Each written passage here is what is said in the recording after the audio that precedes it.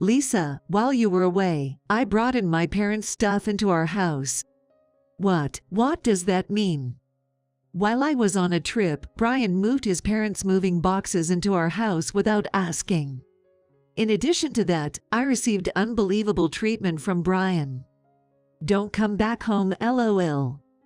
Brian doesn't want me to come home anymore. This house, where our family has always lived, is now where Brian plans to live with his parents, kicking me out. But I had already anticipated being kicked out by Brian, so I calmly retorted, "Sure, I'll move out on my own too." I had received advice from my dad and took a certain action. First, I sent an email to someone and meticulously planned everything. Then, I returned to the US with my dad. And when I got back to our house, I started implementing the plan.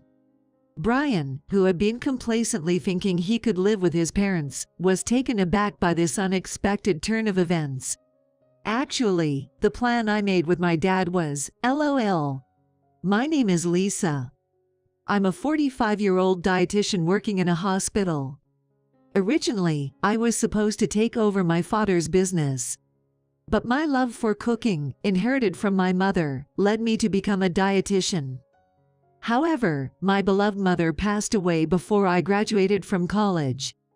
After that, my father started working in the US. So I sold the house where I was born and raised, and I've been living alone in an apartment. Since childhood, with my plain appearance, I've always been someone who doesn't stand out much anywhere. Moreover, having attended an all-girls school from middle school through college, I had no encounters with men and never had a boyfriend. However, my friend, who was blessed with meeting a good person, got married soon after graduating from college. I met my now husband, Brian, who is 3 years older than me, at that friend's wedding. He was a friend of the groom, the type who seemed popular. Lucky for me, he had just broken up with his girlfriend at the time. His ex-girlfriend was a nurse, and apparently, they broke up due to mismatched schedules and night shifts. He was really happy when he found out I was a dietitian with early starts and few weekend shifts. However, at that time, I was busy studying for the national exam to become a registered dietitian on weekends. Even when I told him about my situation, he was a kind person, sending me messages like, "I'll miss seeing you, but good luck with your studies." Feeling a sense of destiny with him, I began to think, I want to marry him if I pass. Then, on the day of the exam results, when I successfully passed, he invited me out that evening to celebrate, saying, "Congratulations on passing. This is how I feel. Would you accept it?" What he offered was an engagement ring. He proposed to me right then and there. He was so genuinely happy about my passing, as if it were his own achievement, that I was moved to tears and immediately said okay to his proposal. And our married life began. At first, we fought about living in a rental, but with my father's help, we bought our own home. I thought we would live happily ever after, but after getting married, being with Brian, I couldn't shake off a sense of unease. I thought it was because I had no experience with men, and that I would get used to it. But one day, I couldn't believe my ears when Brian commented on my pay stub. What the heck? I thought dietitians, being specialists, would earn more. Disappointing to see it's this low. What? Well, I just started working, and we both have jobs, so isn't an income of around $2,000 enough? I retorted, feeling somewhat upset. I didn't marry to be financially supported by my husband, but being criticized for a low income still doesn't feel good. Yet, Brian went on to disparage my earnings even more.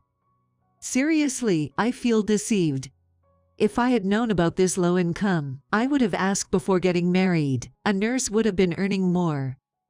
By bringing up nurses, Brian must be referring to his ex-girlfriend. Brian, how could you? It's bad enough to complain about my earnings, but to compare me to your ex is unacceptable. Indeed, nurses do get night shift and holiday pay, which is more. Compared to that, it's understandable my salary is lower due to fewer early starts and weekend shifts. However, I have my own argument. I recently saw Brian's pay stub, and it's even less than mine. Yet, I thought our combined income was sufficient for our life, so I didn't say anything. I tried to speak gently, so as not to hurt Brian's pride. Well, Brian, it seems like you're having a tough time too, so maybe you were a bit hopeful about my salary. Sorry it didn't meet your expectations. Yeah, I earn so little at a small company. I thought marrying a professional would bring some financial stability. I never imagined Brian would take my attempt to appease him so seriously. Before we got married, he was happy that my work hours were regular. But now, as a husband, he complains about my income being low, like flipping a switch. Where in the world is there a man who expects his wife's income to be higher than his? I was just astonished at Brian's lack of responsibility. As soon as he learned about my income, he started looking down on me. Despite this, he never hesitates to buy whatever he wants without restraint. Even when I suggest we should be more frugal, he just doesn't listen. I've always been given everything I wanted by my parents since I was a kid, so I can't change my attitude towards money that easily. I was at a loss for words to Brian's spoiled attitude. At his age, being spoiled by parents is no excuse at all. The year after we got married, we were blessed with our first child, a boy. I hoped that becoming a father would change Brian, but his habit of overspending persisted even during child rearing. Using up his own salary was a regular occurrence. If he needed more, he would secretly take money from my purse. While I was juggling work and managing finances, raising our son Kenny, Brian hardly helped with child care. As time went by, struggling through those days, this year, Kenny is preparing for his college entrance exams. Thanks to my careful management, it looks like we'll be able to send him to college. Kenny understands our family's financial situation well, and he's aiming for a state university, studying day and night. Yet Brian, his father, came up with an outrageous idea. Last year, I bought a new car, and the loan payments are tough. Plus, there's Kenny's exams, so I've decided to sell my parents' house and have them move in with us. Wait, what are you saying? Moving in together so suddenly is problematic. Why, Lisa, you get along with my parents, right? Living together means their pension comes in too. We'll be wealthier. Indeed, I don't dislike the idea of living with my in-laws. But what I can't stand is Brian's habit of making decisions on his own. Financially, we've been managing well so far, so there shouldn't be a problem as long as we don't indulge in luxuries. Why do you always make decisions selfishly, Brian? You even bought a new car without consulting me. That car is mine, so why should I consult about every little thing? Seeing Brian's selfish behavior, Kenny became furious. Dad, enough is enough. When I start college, I'll be busy with part-time jobs and clubs. And if Grandpa and Grandma are at home, I'll have to be considerate. Why don't you ever properly discuss these things with Mom? Kenny, emerging from his room, raised his voice in anger. Brian was shocked. But the next moment, he turned to me and started yelling as if he was taking it out on me. Kenny talking back to me. His father, like this is because of your bad parenting. Reflect on it, Brian said. Then went into the Japanese-style room and didn't come out for a while. I was happy that Kenny stood up for me. However, I worried about how this family environment would affect his exam preparations. Despite my worries, Kenny successfully got into his first-choice state university. But, disliking being around his father, Kenny decided to move out and start living on his own. He said he wants to try his best on his own, without relying on his parents, by working part-time jobs. Yet, Brian continues to ignore me and Kenny. Since it's just the two of us in the house, we hardly even speak, despite living under the same roof. It feels suffocating. In these days, feeling mentally exhausted, I called my father in the United States for advice. He expressed concern for me and suggested I come to the US for a while. However, I have a job and can't take a long break. But recently, my coworkers have been worried about me too, noticing my poor complexion. After explaining the situation, I was able to get some time off from work. However, I wanted to keep my consultation with my father a secret from Brian. So, I pretended that a friend invited me on a trip. I thought if I left the house for a while, Brian might cool off a bit. With that thought, I headed to my father's place in the US, but an unexpected situation arose. It started with a phone call from Brian while I was in America. "Lisa, while you were away, I brought in my parents' stuff into our house." What do you mean?" "What do I mean? I've told you before, right, about living with my parents. Besides, my dad and mom are angry at you. They say a wife who spoils their son is the worst." "No way."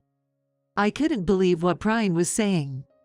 My in-laws aren't the kind of people to speak so badly of me. So, I've decided that from now on, it'll be just the three of us, my parents and me, living in this house. You being here would only make my parents uncomfortable. After all, you're the wife who encourages our son to speak ill of me. Brian probably made up stories about me to tell his parents. It's possible that this whole story about my in-laws being angry with me is also a fabrication. I was so angry, I thought about yelling something back at him. But to stay calm, I said I would call back later, and hung up. Luckily, my dad was at home at that time, so I immediately told him about the phone call. My dad looked frustrated and held his head in his hands. "That Brian, it's troublesome, at his age, still relying on his parents." "Exactly. Why should I be the one to be kicked out? It makes no sense." After talking for a while, my dad made a suggestion that could really put Brian in his place, which excited me. First, I contacted someone via email.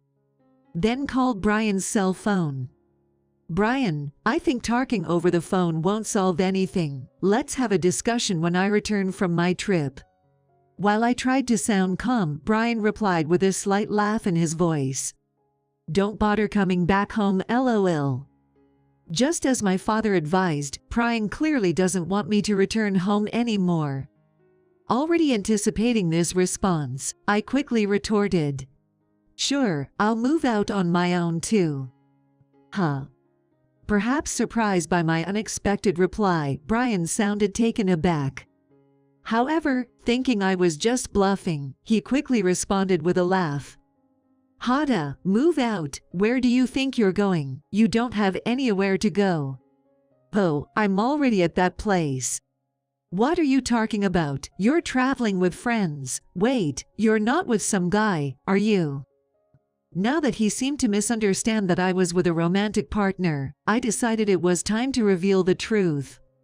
"A man, well, technically a man, but you know, it's my dad, lol." "What, you're at your father's place?" Brian sounded relieved. But he would be surprised by what I was about to say next. My dad is now living in a mansion in the US, so I've decided to live with him here. That's why I've decided to sell the house we've been living in." What do you mean by that?" "Well, you should know, that house was built by my father in his name for us as a couple. If I'm not living there, I'm saying it should be sold." But, my dad and mom are here now, what am I supposed to do?" "That's what I said, we can't discuss this over the phone." Finally grasping the situation, Brian said nothing more, and abruptly ended the call. He probably can't imagine the further upheaval awaiting when I returned to Japan. A week later, I returned to Japan with my father, and came back to the house where Brian is living with his parents. My in-laws greeted us with smiles at the front door. Hi Lisa's father, it's been a while." "No, the pleasure is mine. Due to work, I rarely return to Japan, so I'm always grateful for how you take care of Lisa." As my father exchanged these greetings, Brian timidly appeared from behind. He looked nervous, probably because he hadn't yet told his parents about selling the house. Brian just awkwardly bowed his head without saying anything. "Brian, the movers are coming today to pick up our things. Have you prepared everything?" Yeah, all your stuff is packed up. Though, it's not just my things that are being moved out." "What, my stuff has to be moved out today too?" Brian's loud, surprised voice caught his father-in-law's attention. "What's going on, Brian? Why are your things being moved out too?" Brian, looking guilty, turned to his father-in-law and hesitantly explained the situation. Then, his father-in-law became furious and started yelling at Brian. "What, you're changing the story? We were told this house was bought under Brian's name with a loan. And we started living together thinking we'd help out. Making your parents lose face like this, unforgivable." Brian was completely flustered by his father's thunderous yelling, as if struck by lightning. At that moment, the moving truck arrived. After my belongings were moved out, Brian's mother came out from the back of the house to assist the movers. "Thank you for your hard work. Our family's belongings are prepared here. Please take them." Brian's mother had already neatly packed and prepared everything in the house, including Brian's things. Brian stood there, dumbfounded by his mother's actions. "Mom, what's going on? Why are you packing up Dad's and your things? Where are you planning to take them?" Watching Brian question his mother with wide, bewildered eyes, we all burst into laughter. "Ahahada, you've been completely fooled, Brian." What's going on? Why is everyone suddenly laughing?" "Yes, indeed, we had all planned this to trick Brian. The first person I contacted via email from America was my mother-in-law. She had been concerned for a while about me looking tired. And because she frequently asked me about the reason, I ended up telling my mother-in-law everything about Brian's behavior. Especially when I mentioned how Brian blamed his parents for spoiling him and allowing his extravagant lifestyle. She was astonished. She even cried in front of me, apologizing for her parenting, which made me feel quite uncomfortable. But Brian's overspending isn't my mother-in-law's fault. As I consoled her, saying this, our bond deepened. Now, for me, who doesn't have a mother, my mother-in-law truly became someone I could discuss anything with. My father was also well aware of my close relationship with my mother-in-law. That's why I had my father suggest involving my in-laws in this plan. And my mother-in-law, without letting Brian know, had been discussing with my father-in-law and looking for a place for them to move. The earlier scene where my father-in-law yelled at Brian was all an act. I almost burst out laughing at their excellent performance. "Mother-in-law, thank you for arranging the movers for me too. Now, I can move to the house my father built in America." No, I should be the one apologizing. "I'm sorry for raising such a son and causing you so much trouble, Lisa."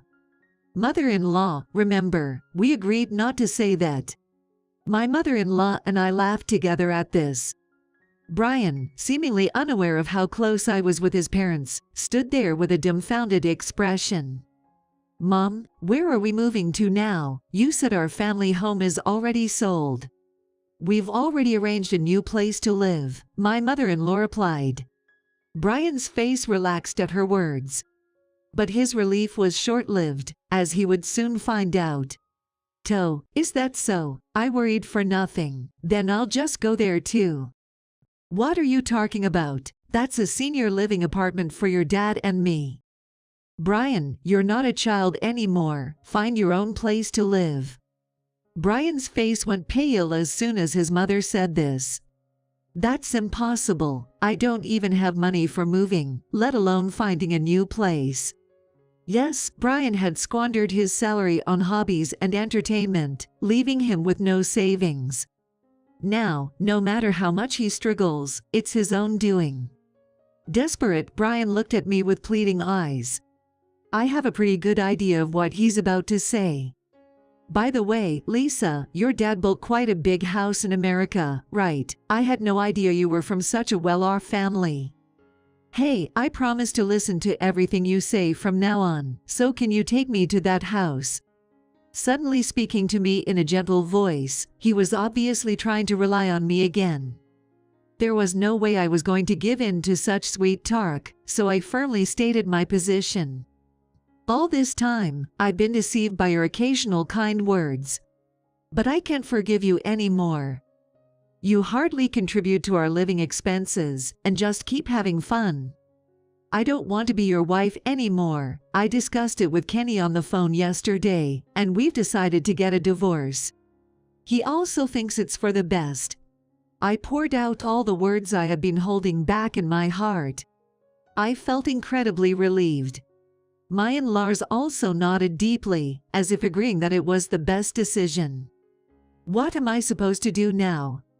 Brian was crying and lamenting, but my decision was firm. I presented the divorce papers I had prepared on the way here, and asked Brian to sign them. Still stubborn, Brian was reluctant to sign. Seeing this, my father-in-law became furious again. Brian, enough already. Accept the reality. You've caused Lisa enough trouble, and now you expect to rely on her family's wealth. I'm ashamed to call you my son. That's right, I admit I spoiled you, and that was wrong.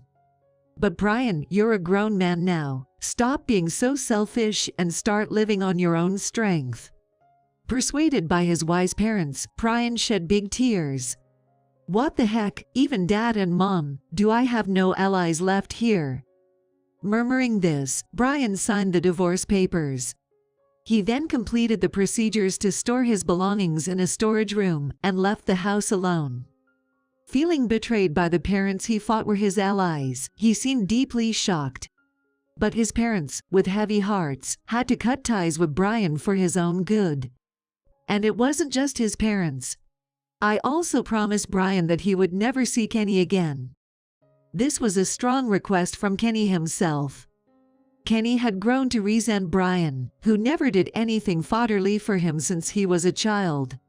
So, with our divorce, Kenny expressed his wish to cut ties with his father. I believed it was best for Kenny as well. Brian, abandoned by his parents and disowned by his son, might have lost the will to live.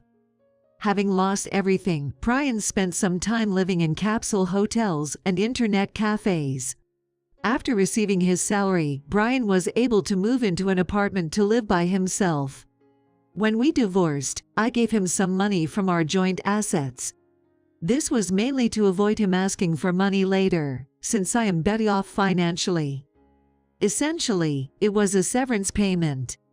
But once Brian had some financial breathing room, he started getting into group dating events. He even contacted me, saying he'd find a woman with a good income to make me regret my decision. At first, after becoming single, Brian would contact me, saying he felt lonely. Once Brian had some money, his attitude became arrogant again. After a while, I suddenly stopped hearing from him. I thought perhaps he had a new girlfriend, but the reality was shockingly different. According to what I heard from my former in-laws, it seems Brian fell for a nurse he met at a mixer. Despite her lack of interest, he persisted in pursuing her aggressively. At one point, he even went as far as showing up at her apartment. His relentless stalking led to his eventual arrest for being caught in the act. Despite their efforts to sever ties, Brian's parents were in a frenzy over their son's misdeeds, which was truly unfortunate. Being a parent is tough. No matter how much you try to detach, you end up having to take responsibility when something goes wrong. Brian, having caused so much trouble, still hasn't learned his lesson. During the investigation, he kept insisting it was true love. Because of his lack of remorse, it seems he is not being released anytime soon. Well, a man like him, especially at 50 and without money, should probably cool his head in prison for a while. At this age, chasing such ideals will only lead to more trouble and annoyance. Now, I am living elegantly in a luxurious house in America with my father. Currently, I'm not working because I'm still adjusting to the new environment and my English is not very fluent. However, I can't stay unemployed forever, so I'm attending English language classes. Once I've mastered the language, I plan to help with my father's business. Time passed, and Kenny graduated from university. He then moved to the United States to work in my father's company. In fact, my father had plans to eventually make Kenny his successor, which is why he called him over here. It was lonely being apart from Kenny for these 4 years. But now I'm overjoyed at the thought of living together permanently. I've become quite proficient in English and am helping out at my father's company, while also working as a Japanese cuisine instructor at a local cooking class. Japanese cuisine is becoming increasingly popular worldwide, so I have many students. As one of the few Japanese instructors, I am cherished by my students. Despite failing in marriage, my life in America is now very fulfilling. In my mid-40s, it's an ideal environment to enjoy life to the fullest. I've decided to leave behind my past self, who worried about being plain and unattractive, and live life with a positive outlook. After all, there's still so much life ahead of me. I'm sure my mother in heaven is watching over me, too.